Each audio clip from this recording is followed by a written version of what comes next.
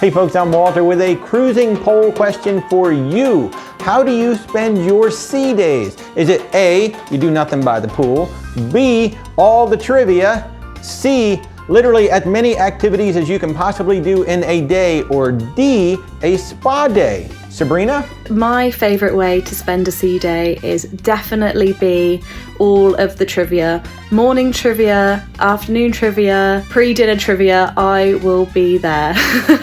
But I probably won't win.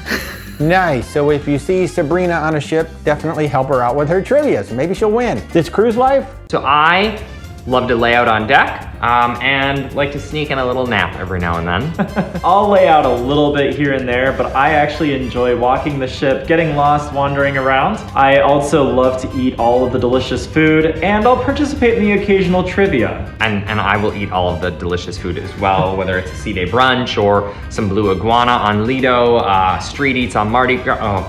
Hey, I'm totally down with having food any day, anytime, whether it's a sea day or not. So for me, you know, if I'm on a princess or a celebrity ship, it's probably gonna be A, I'm just gonna hang out by the pool. But if I'm on Royal Caribbean, Norwegian, or Carnival, probably gonna be activities all day long. Now, what about you guys? Hey, thanks to Sabrina, Rocky, and Mark for participating in the poll. And speaking of food, you should check out How Good Is Cruise Food, where I rank 8 cruise lines and even tell you the 7 best meals we have had at sea. So hey, please subscribe, hit that little bell icon, and thank you so much for your support.